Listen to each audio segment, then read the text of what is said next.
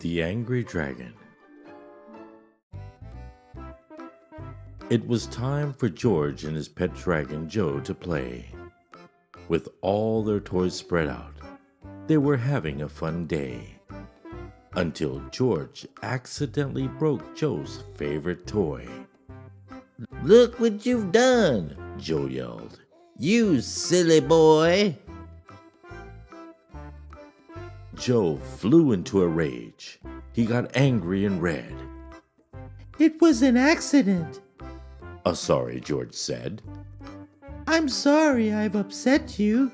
Let's talk it out. Don't be so angry. You don't have to shout. Breathe deeply and let's talk about how you feel. We can fix the toy. It's really not a big deal." Joe breathed and felt better. George was right. He loved his best friend, and he didn't want to fight. George helped Joe fix his toy with Dad's glue. Before long, it was as good as new. That afternoon, George was helping his mom clean. Joe wanted him to play. He thought George was being mean. Feeling hurt, Joe called George a very horrible name.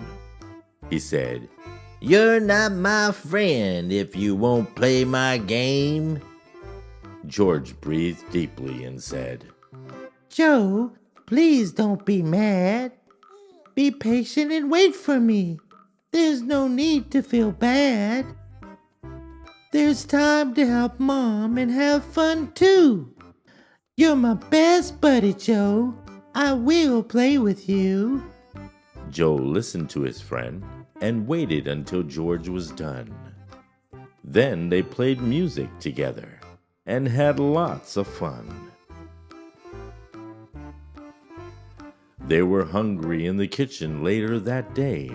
Joe wanted to eat lots of sweets. George said, "No way. Eating lots of sweets is bad for your teeth and tummy too." Joe yelled, "I'll eat what I want. Don't tell me what to do." Joe ate all of the sweets, and then later that night, he complained that his tummy didn't feel right. He needed to lie down. He felt so horrible and sad. "I'm sorry I didn't listen to you," Joe said. "I feel bad.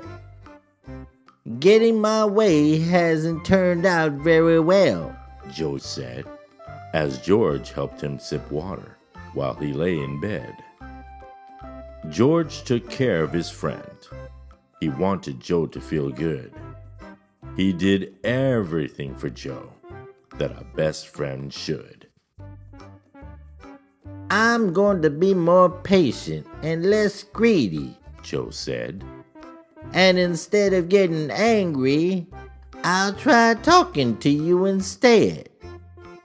"That's great. I'm proud of you," George said to his friend.